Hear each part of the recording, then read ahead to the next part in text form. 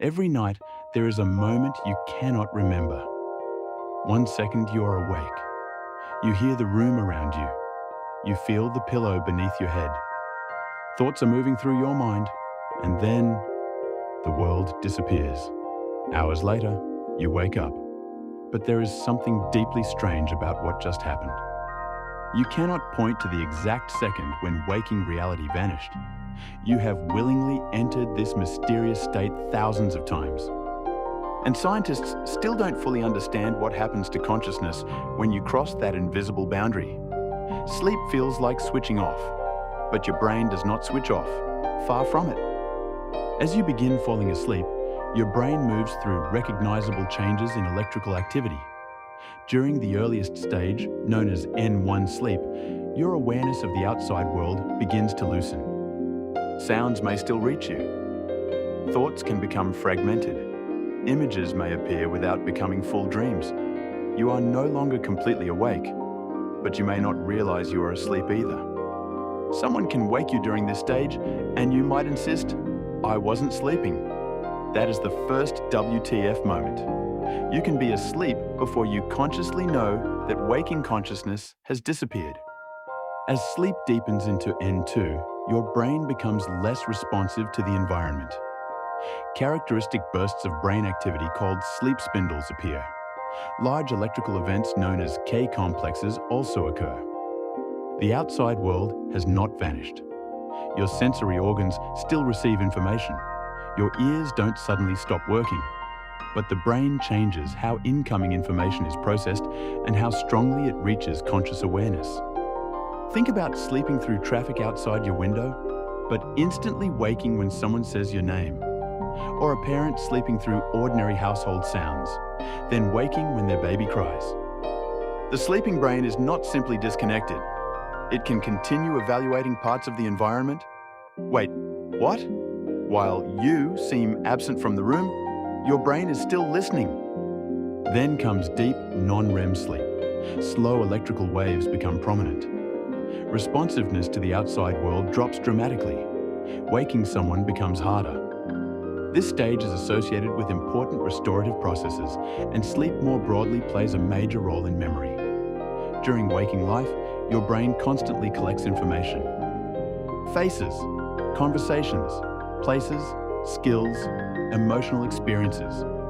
During sleep, neural activity helps stabilize and reorganize parts of what was learned. Researchers call this memory consolidation. Sleep does not simply preserve every experience like saving files to a hard drive.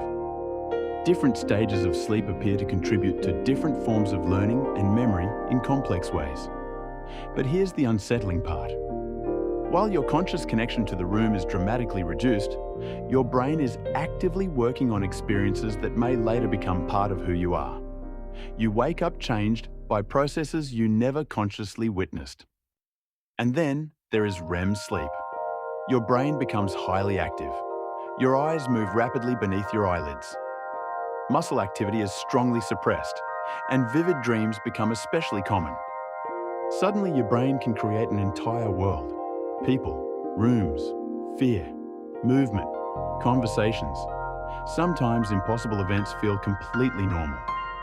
A dream can make you run through a city that doesn't exist, speak to someone you haven't seen in years, and experience emotions powerful enough to wake you with your heart racing, all while your body is lying almost motionless in bed. Another WTF moment. The outside world can fade from normal awareness, and your brain can generate an internally constructed reality convincing enough that you temporarily accept it. But scientists still do not have a complete explanation for why we dream. There are hypotheses involving memory, emotion, learning, brain development, and spontaneous neural activity. Dreams may serve multiple functions, or some aspects may be consequences of other processes. Anyone claiming science has completely solved dreams is going beyond the evidence. And consciousness itself presents an even deeper problem. Scientists can measure brain activity. They can compare wakefulness, non-REM sleep, REM sleep, anesthesia, and disorders of consciousness.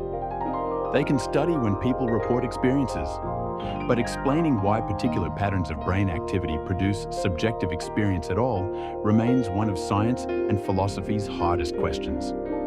And sleep makes that mystery impossible to ignore, because consciousness during sleep is not simply either on or off. Dreaming is conscious experience of a kind. Some people report experiences when awakened from non-REM sleep as well. Other periods appear to leave no remembered experience. The contents, intensity, and accessibility of consciousness change. But exactly how subjective awareness emerges, transforms, and sometimes leaves no retrievable memory remains under investigation. Which brings us back to tonight. At some point, you will put your phone down. Close your eyes. Your thoughts may wander. Sounds will become less important. Your sense of the room will weaken, and then something extraordinary will happen. Waking reality will disappear from your experience, but you probably won't witness the boundary itself. There is no internal announcement, no countdown, no moment where you consciously say, "This is the exact second I am falling asleep." Because by the time the transition has happened, the version of you capable of clearly observing it has already changed. And hours later, consciousness reorganizes around the outside world again. The ceiling returns, the room returns, your identity returns. Morning feels continuous with the person who went to bed, even though an enormous section of the night may contain no memories you can retrieve.